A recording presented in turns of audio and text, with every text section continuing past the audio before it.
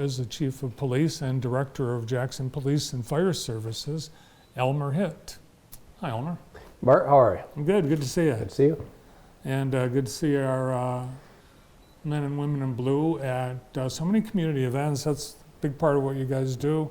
You guys were at the football game. You guys were at various downtown festivals, and there's been a lot. It's been a busy summer and fall in terms of special events, and we certainly make an effort to get our officers out and about to interact with the community and just be visible at as many of those things as possible. So yeah, well, it's nice to see safety as a priority of the event organizers, because everyone has to work with you in order to make sure their attendees are safe. Sure, and that is one of the things. Most special events request is some level of police presence throughout their event, and again, we, depending on the need, we do our best to fulfill those requests and be there. So, yeah, I saw there was one bike event earlier in the year, and you had practically the whole route staffed by officers. So great to see. Yeah.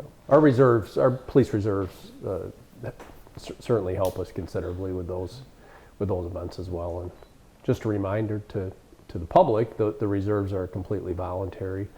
They go through a short academy, a reserve academy that we put on, and once they complete that, they're authorized to work special events and work with a sworn police officer. So they're very helpful in those situations.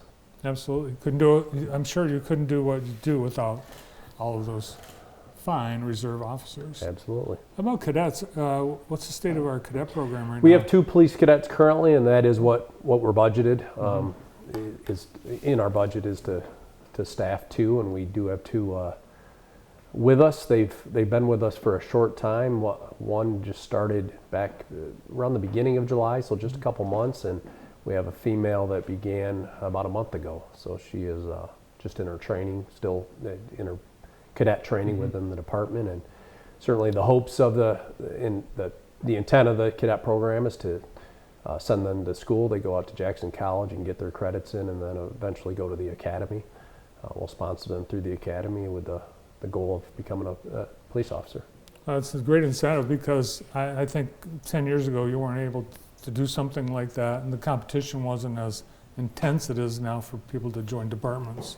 Yeah, we had the cadet program for years. When I hired on, we had the cadet program, and it was probably around that 2010 time frame when several cuts were made, and that program did go away for a while, and we brought it back 4 or 5 years ago is when we were able to bring it back, and certainly helps us recruit and identify typically younger people who have an interest, and gives us a chance to see them perform for a couple of years in a non-sworn position, and make sure that they're the right fit for the community and for the department, and again, get them to the academy, get them certified, and get them out there as a patrol officer. And hopefully they're able to stay in the town they were born in or grew up in and work the town they know. Yes, and the majority of them do. Not all are local, but the majority of cadets do tend to be from this area, from our community. So staffing, that's everyone's having issues, no matter what career, but particularly in law enforcement, fire services, and I think you've got a fairly young department, but still retirements, they come along, and it seems like they come in bunches. Yeah, we've been pretty good in terms of retirement, but hiring is challenging in law enforcement, not just here, but all across the state and for the country for that matter. So we're currently accepting applications for our patrol officer positions, as well as police recruits, and the recruits are that position we hire someone in to basically send them to the academy. So different than the cadet program. It's kind of an immediate hire that's ready to go to the police academy, and then we sponsor them typically through the Lansing Community Colleges Academy, and with the intent of, again, bringing them upon completion of the academy to the road patrol. Yeah, because there's actually a lot of poaching going on in law enforcement, where someone wants grab someone from another department and moves them, and you'd rather not do that. we encourage people to apply that are certified, but we have lost officers to other agencies for a variety of reasons.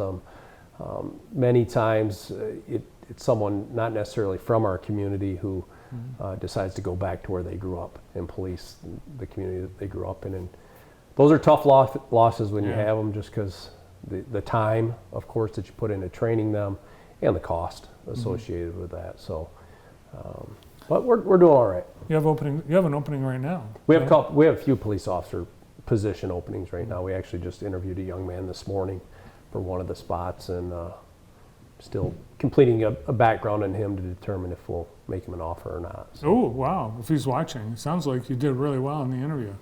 There you go. He did do a good job. Yes. Good. How about the staffing of the fire department? Doing well there. We do have a vacancy that we actually created a new position within the fire department. About 6 months ago, we started talking with the union about this position. It's actually a fire inspector. We haven't had an inspector in the fire department specific since the early 2000s. Our deputy chief, Dave Wooden, has served at the fire inspector duties. So due to that new position and promoting someone into that, leaves us a vacancy at the firefighter level. So we're in the process right now of, the deadline is up, and now we're in the process of going through the applications and running them through the interview and testing processes. So I remember years ago, and I don't know if this is that position, but every year someone from the fire department would come here, physically walk through the whole building with a clipboard, and it was an annual thing. And I think every business or building ended up getting that kind of scrutiny. that'll be coming back. So make sure you have your fire code stuff squared away, Bart. That fire extinguisher situation, Brandon, is somebody on top of that? We're doing it right now. Okay, all right. We've got those railroad bridges that one's like 200 feet from the fire station. So has that complicated response due to that blocked street? Not necessarily complicated. It certainly has made the response to certain areas a little longer than it typically would, but it sounds like they're on schedule to have those completed on time. So we're looking forward to hearing a month or so to those being opened back up for not just fire responses, but police responses as well. So Yeah. that'll be nice when those are done, and it'll certainly reduce the number of crashes we police where a box truck is collided with the bridge. So that certainly happened probably once a month. I would say a really? truck would I actually cannot believe strike the bridge. You've driven a truck, and I just don't know how somebody can do that. I don't think some people know how tall their truck is. So. All right. So one of the things you guys did was reopen Fire Station 2 so that you could not have a delay in responding. But it was in mothballs for a while. And I think you're rebuilding it or redoing it? Yeah, it was 2011, I believe, is the year that we had 3 fire stations. That was the year that 2 and 3 were both closed down and running solely out of the central fire station right up here on North Jackson. And back towards the beginning of the year, we were able to open 2 back up. I approached the city manager, and blessing of the council, we were able to do that. And we staff a fire engine down there along with firefighters. And we closed it. It was early September. We were able to get some of the ARPA funding, the American Rescue Plan Act dollars, to assist with renovating that building. Approximately $650,000 in renovations, and it'll certainly adds to the neighborhood down there. It'll provide a better structure to work out of and respond from. But yeah, the biggest benefit to reopening that certainly is the response time to that south side of the city. Again, before you have a fire at Prospect in Milwaukee, it would be an engine responding from North Jackson, and now the fire station is right there at the intersection. So just common sense, it's going to increase response times to emergencies. So once the railroad bridges are done, are you going to keep that? Yes, the renovations are underway. Again, they started construction early September and anticipated to have everything completed by the end of the year. Currently, because of the renovations, we did move, nobody is currently working out of the Station 2, that we had to move them back to Central Station during the renovation period. Sure. Also something back is the school liaison officer. Yeah, that's another position. I mentioned earlier some of the cuts that were made to the cadet program, but back in that time frame, 2010, when several cuts were made and some of our special assignments were eliminated, unfortunately, school liaison positions were some of the positions eliminated. And we were able to bring, this school year is the first year we've had a liaison back in Jackson High and Parkside since then. So it's been 10 years since we've had someone permanently Wow. assigned to the schools. I think a lot of people had no idea that was. Yeah, well, we still had a pretty good presence there. We just, our patrol officers required to stop at the schools every day that they worked. So we still had a presence there, but not to the extent of a full-time liaison. And in the relationships you build through that position with the students and staff is certainly much better than just a patrol officer stopping there on their work day, you know. And Officer David Stallworth is who was given that assignment. And currently, he splits time between the two schools, between Jackson High and Parkside. Staffing allows.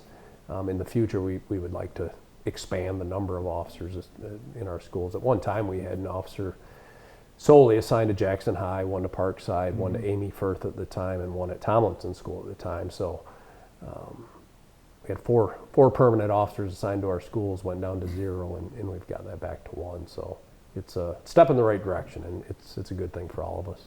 Yeah, in some other communities, you know, you think about Uvalde, Texas, where the school district has its own police department. Well, not right now, but school districts in bigger communities, other parts of the country, they have their own police department, which is amazing. It's so sad that we have to do that, but well, security is definitely part of having a school liaison, but there's just so many intangibles to those relationships that can be built with the kids. That is one assignment I never had the opportunity to do in my career, is to serve as a liaison, but those officers that did, that I know, they talk a lot about the relationships they built in their time in the schools that carried on throughout their career into the students' adult lives, and we're able to maintain those relationships. So it's yeah, I can see so many ways that would be such a benefit to have in a school. yes. Have you given any more thought to my idea? Which one? The give every cop a police car that they can have? You know, it's funny you say that, because over the weekend I was thinking about that. Just constantly, I'm thinking of ideas for recruiting and retention, and that's one of the things that crossed my mind. But probably not going to happen anytime real soon there. Too expensive. Yeah, it is costly. And right now you can't get police cars. Really? We ordered some cars last November. We still don't have them. No kidding. Yeah, Wow. just the Explorer package that we order, and we're getting ready to order a couple more that we had budgeted this year. Originally we had 3 budgeted, and because of the increase in cost, we're only going to end up ordering 2 this current fiscal year. And we're changing the package, because the package we've been getting and that we're trying to get last year is on serious back order. So we're had to make some changes so we get them a little sooner this time around. Is it still Explorers? It'll still be an Explorer, yep, just some different specs is what it comes down to. Great. But- All right. Well, okay. So I'm glad to see that my idea is gaining traction with We haven't forgot about you. All right. Thanks for coming in, Elmer. Yeah, thank you. Director of Police and Fire Services for the City of Jackson and Jackson Police Chief Elmer Hitt.